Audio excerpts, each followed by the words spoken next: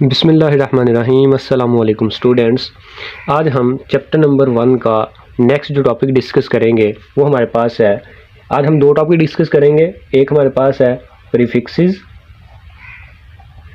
और दूसरा हमारे पास जो हम टॉपिक डिस्कस करेंगे that is the scientific notation. दो टॉपिक हमने आज डिस्कस करने हैं। One is the prefixes and second is the scientific notation.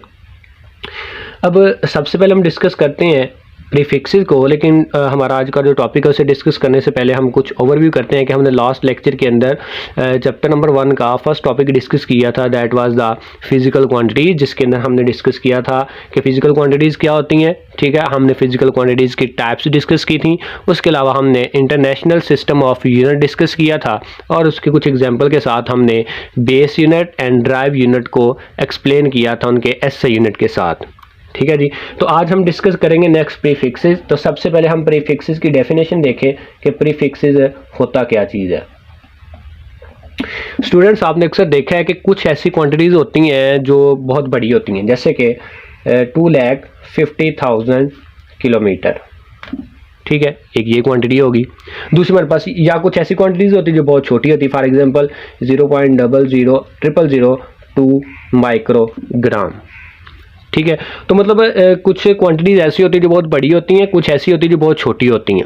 ठीक है, तो एसआई यूनिट का सबसे बड़ा फ़ायदा ये है कि इसके अंदर इसके जो मल्टीपल और सब मल्टीपल हैं उनको हम प्रीफिक्सेस की फॉर्म में लिख देते हैं। ठीक है जी, मल्टीपल यानी कि फॉर एग्जांपल ये हमारे पास एक क्वांटिटी है। ठीक है, तो हम इस क्वांटिटी को शॉर्ट फॉर्म में एक्सप्लेन करना चाहते हैं, तो हम इसे क्या करेंगे कि इसका जो पॉइंट है वो इंक्रीज करके तो इसकी जो पावर बनेगी दैट इज़ द मल्टीपल। ठीक है, तो वो जो पावर है हम उसको मल्टीपल और सब मल्टीपल को in the form of prefix, यानी कि वो जो पावर बनेगी उसे हम प्रीफिक्सेस में इस्तेमाल कर लेंगे। ठीक है, तो ये एक ऐसे यूनिट का सबसे बड़ा बेनिफिट है। अब प्रीफिक्सेस होते क्या हैं? अब प्रीफिक्सेस कहते हैं प्रीफिक्सेस आर द वर्ड्स और लेटर्स। मैं आपको यहाँ लिख के देता हूँ, prefixes are the words or letters added before SI unit। तो प्रीफिक्सेस वो अल्फाज या हरूफ हैं जो अजाफी तौर पर SI यूनिट से पहले लिखे जाते हैं। For example like that kilo, mega, giga, milli, micro etcetera. ठीक है, तो ये कुछ प्रीफिक्सेस हैं जो अजाफी तौर पर SI यूनिट से पहले लिखे जाते हैं, इन्हें हम प्रीफिक्सेस कहते हैं। अब फॉर एग्जांपल हम एक क्वांटिटी लेते हैं। फॉर एग्जांपल मेरे पास एक क्वांटिटी है 20,000 ग्राम। ठीक है जी, अब ये जो क्वांटिटी है इसको हमने कन्वर्ट करना है in the form of prefixes, यानी कि हम इसको सबसे पहले इसका जो मल्टीपल है उसके अंदर इसको कन्वर्ट करेंगे और फिर हम देखेंगे कि वो जो मल्टीपल है वो कौन सा प्रीफिक्स आता है। ठीक है, अब 20, अब देखें 1 2 3 4 5 टोटल हमारे पास 5 हिस्से हैं। ठीक है जी, हम क्या करेंगे कि 20 को साइड पे कर लेंगे और बाकी जो 3 है इनको हम 10 की पावर बना देंगे, 10 की पावर 3 ग्राम। ठीक है, अब आपने पढ़ा हुआ है कि जो 10 की पावर 3 है इसे हम किलो के इक्वल कंसीडर करते हैं। 10 की पावर 3 1 किलो के इक्वल होता है। ठीक है, यानी कि 10 की पावर 3 जो है वो 1000 के इक्वल होता है। तो ये हमारे पास जो टर्म है ये हमारे पास टोटल है 1000 के इक्वल है। ठीक है, तो इसे हम 10 की पावर 3 लिखते हैं और ये हमारे पास किलो के इक्वल आता है, तो हम लिखेंगे 20 मल्टीप्लाई 10 टू पावर 3 ग्राम। ठीक है जी, अब ये जो 10 की पावर 3 है ये प्रीफिक्सेस के अंदर किलो के इक्वल होता है। ठीक है, आपकी बुक के ऊपर है जो टेबल है प्रीफिक्सेस का वो साथ दिया गया, उसके अंदर आपसे बहुत सारी प्रीफिक्सेस जो हैं वो लिखी गई हैं। अब देखें 10 की पावर 3 वो किलो आ गया। अब जो ग्राम है ये छोटा यूनिट है मैस का। ठीक है, मैस का बड़ा यूनिट है किलोग्राम और उसका छोटा यूनिट है ग्राम। ठीक है, यानी कि नॉर्मली तौर पे ग्राम जो है उसको यूनिट माना जाता है मैस का। अब किलो जो है उसके अंदर हमने उसे प्रीफिक्सेस के तौर पे इसके आगे इस्तेमाल कर दिया, तो 20 किलोग्राम हो गया। ठीक है जी, इसे हम इस तरह भी एक्सप्लेन कर सकते हैं कि हमारे पास है 20,000 ग्राम। ठीक है जी, तो इसको हम एक्सप्लेन करेंगे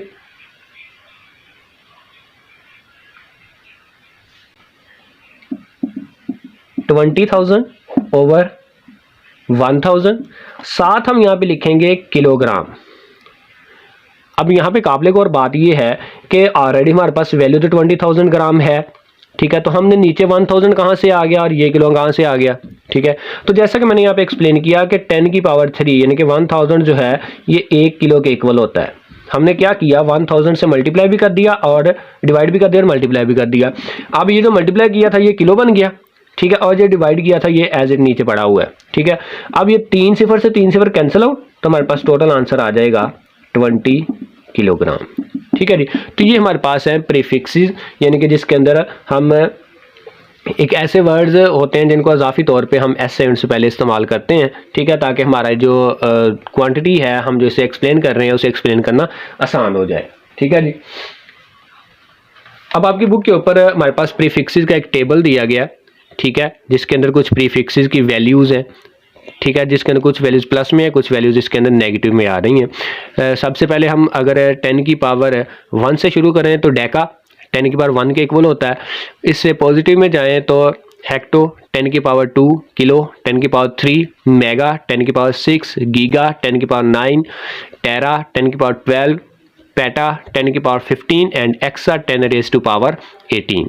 और इसी तरह हम अगर इसके माइनस में पावर लेके आए तो डेसी 10 की पावर -1, सेंटी 10 की पावर -2, मिली 10 की पावर -3, माइक्रो 10 की पावर -6, नैनो 10 की पावर -9, पीको 10 की power -12, femto 10 raise to power -15 and atto 10 raise to power -18 के इक्वल आता है। तो ये कुछ टेबल के अंदर आपकी बुक के अंदर प्रीफिक्सेस दी गई हैं जिनको हम आसानी के लिए इस्तेमाल करते हैं एस आई यूनिट से पहले। उसके बाद हमारे पास अगला जो टॉपिक आता है that is the scientific notation.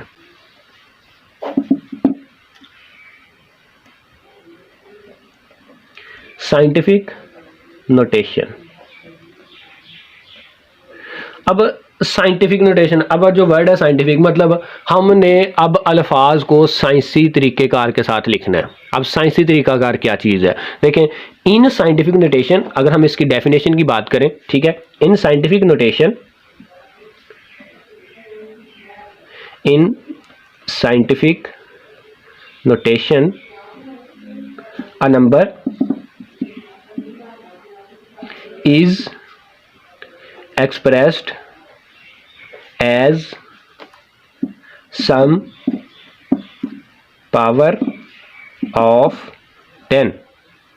कहता है कि in scientific notation a number is expressed as some power of 10, ठीक है, और वो जो नंबर होता है यानी कि जो पावर आ रही होती है multiplied by a number between 1 and 10, और उसकी जो मल्टीप्लायर है वो उसका जो नंबर है वो भी 1 and 10 के दरमियान होता है। Multiplied by a number between 1 and 10।